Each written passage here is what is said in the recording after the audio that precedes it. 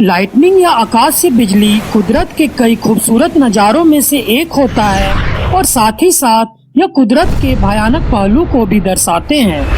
आकाशीय बिजली आश्चर्यजनक रूप से रहस्यों से भरा हुआ है और यह हमें अधिकतर तूफान या चक्रवात में ही नजर आते हैं।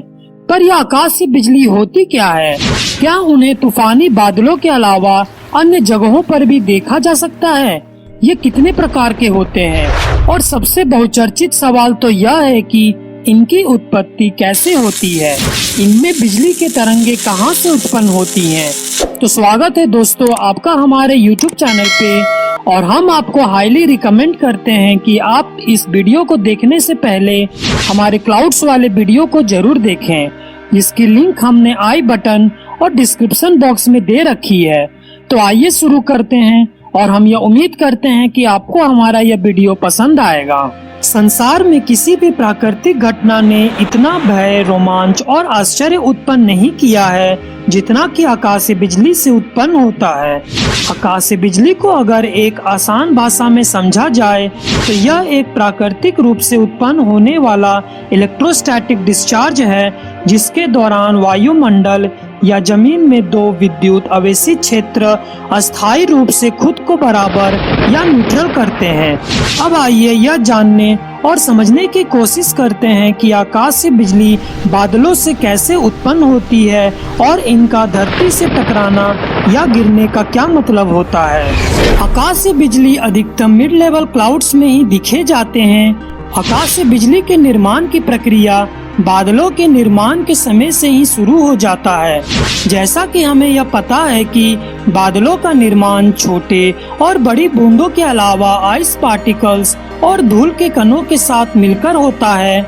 इस प्रक्रिया में जब बूंदें, चाहे वो छोटी हो या बड़ी, और आइस पार्टिकल्स जब एक दूसरे से टकराते हैं, तब छोटी बूंदें अपड्राफ्ट के कारण बादलों के ऊपर चली जाती हैं और वहाँ वो ठंडी होकर छोटे छोटे आइस पार्टिकल्स में कन्वर्ट हो जाती हैं।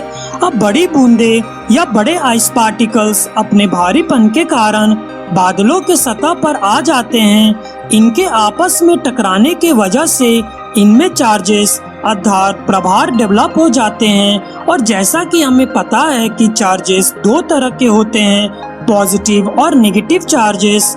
इस आपसी घर्षण के कारण छोटी बूंदें जो बादलों के ऊपर अपड्राफ्ट के कारण चली गई हैं, वह पॉजिटिव चार्ज हो जाती है और बड़ी बूंदें या बड़े आइस पार्टिकल्स जो बादलों के सतह पर मौजूद रहती हैं, उनमें नेगेटिव चार्जेस डेवलप हो जाते हैं। अगर हम इस रूप को ध्यान से देखें तो यह एक प्रभावी रूप से बैटरी के विपरीत ध्रुवों का निर्माण दिखाता है, जिससे एक विद्युत क्षेत्र बनता है।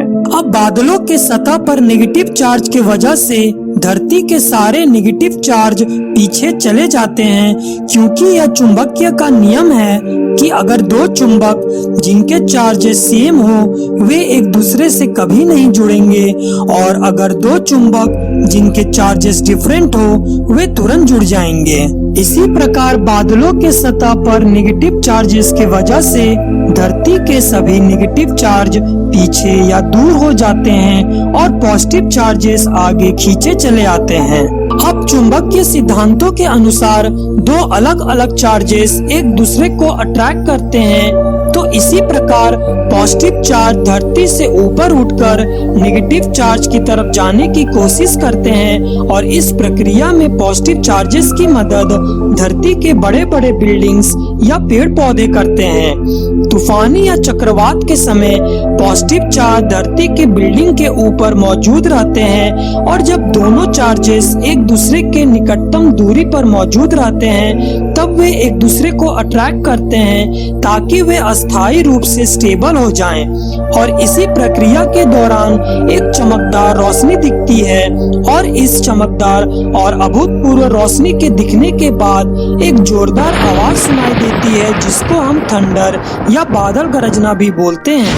अब होता क्या है, जब भी आकाशीय बिजली उत्पन्न होती है उस समय उसका तापमान 30,000 डिग्री सेल्सियस तक पहुंच जाता है। इसकी वजह से उस क्षेत्र में जो हवा है वह भी इंस्टेंटेनियसली अधिक मात्रा में गर्म हो जाती है, जिसके कारण हवा एक्सपैंड करती है और यह प्रक्रिया बहुत ही तेजी से घटती है। और इसी गर्म हवा के एक्सपेंशन के दौरान एक सुपरसोनिक शॉक वेव्स उत्पन्न होती है, जो कि सभी दिशाओं से बाहर की ओर निकलती है और कई फीट की यात्रा करने के दौरान वह शॉक वेव्स साउंड वेव्स या ध्वनि तरंगों में कन्वर्ट हो जाती है, जो कि हमारे कानों तक पहुंचते पहुंचते एक गर्जन के रूप में सुनाई देने लगती है, जिसको हम बादलों का गरजना या थंडर भी बोलते हैं। अब आकाशीय बिजली को हम मुख्यतः 4 भागों में विभाजित कर सकते हैं, जिनमें से पहला आता है cloud to ground lightning. Cloud to ground lightning आकाशीय बिजली का सबसे सामान्य या आम रूप है। यह हमें तूफानी बारिश में अधिकतर दिखता है। यह मनमोहक के साथ साथ खतरनाक भी होता है। इसकी उत्पत्ति के रहस्यों को हम आपसे पहले ही साझा कर चुके हैं। दूसरा आता है clouds to cloud lightning. Clouds to clouds lightning हमें अधिकतम तूफान आने से पहले या तूफान के गुजरने के बाद बादलों में नजर आ जाता है। यह ज्यादा खतरनाक तो नहीं होता है, क्योंकि यह बादलों के बीच में चार्ज डिस्ट्रीब्यूशन की वजह से होता है। यह बहुत ही मनमोहक दिखता है। एक बार में कई सारे बिजली की धाराएं भी दिखती हैं, जिससे रोशनी अधिक मात्रा में निकलती है, इसलिए इसको हम शीट लाइटनिंग भी कहते हैं। फिर तीसरा आता है cloud to air lightning. Cloud to air lightning बादलों और हवा के बीच चार्जेस के घर्षण से होता है। यह बहुत ही कम दिखे जाते हैं। अब आखिरी में आता है वोल्केनिक लाइटनिंग। यह जरूरी नहीं कि आकाशीय बिजली बस बादलों से उत्पन्न होती हो। कई बार ज्वालामुखियों के फटने के दौरान भी बिजलियां देखी गई हैं, जो कि काफी मनमोहक सी लगती हैं, और इन्हीं को हम वोल्केनिक लाइटनिंग कहते हैं। अब आइए लाइटनिंग से रिलेटेड कुछ इंटरेस्टिंग फैक्ट्स को जानते हैं।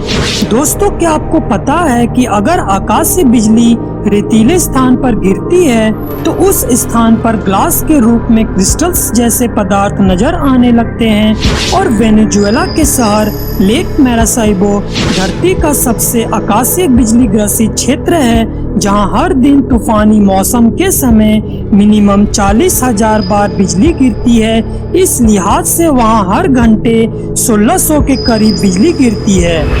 बाप रे, अच्छा हुआ मैं वहां नहीं रहता। सन 1998 अक्टूबर के महीने में अफ्रीका में एक फुटबॉल मैच खेला गया था, जो कि बीना तसादी और बसांगा टीम के बीच में खेला गया था, और उसी मैच के दौरान एक आकाशीय बिजली धरती से टकराई थी, और उसी समय यह बिजली इतनी जोरदार थी कि इससे बीना तसादी के सभी 11 खिलाड़ियों की मौत हो गई थी, और बसांगा टीम के किसी भी खिलाड़ी को एक खरोच तक नहीं आई थी। इसका रहस्य आज भी रहस्यमय बना हुआ है। अब अंत में दोस्तों, आइए कुछ उपाय ढूंढते हैं जिससे हम अपने आप को इस आकाशीय बिजली से बचा सकें। पहला, कभी भी तूफान के समय पेड़ों या खम्भों में शरण न लें। दूसरा, अपने ऑफिस, स्कूल या घर के ऊपर लाइटनिंग कंडक्टर का इस्तेमाल करें, जिससे बिजली गिरने का डर बहुत ही कम हो जाता है। और अंत में सबसे इम्पोर्टेंट और सबसे कारगर हथियार यह है कि यदि आपके घर के ऊपर लाइटनिंग कंडक्टर नहीं लगा हुआ है और बाहर आसमान में बिजली कड़क रही है, तब आप अपने घर के किसी कोने कमरे में चले जाएं, अपने आप को चादर से ओढ़ लें और ईयरफोन में फुल वॉल्यूम में गाना लगाकर सो जाएं, और भगवान से यह प्रार्थना करें कि आज वह आपको बख्श दें। विश्वास करिएगा दोस्तों, यह बहुत ही कारगर हथियार है, हमेशा काम आएगा। तो हम उम्मीद करते हैं दोस्तों कि आपको हमारे वीडियोस पसंद आ रहे होंगे। तो मिलते हैं दोस्तों आपसे अगले वीडियो में। तब तक आप अपना और अपनों का ख्याल रखें।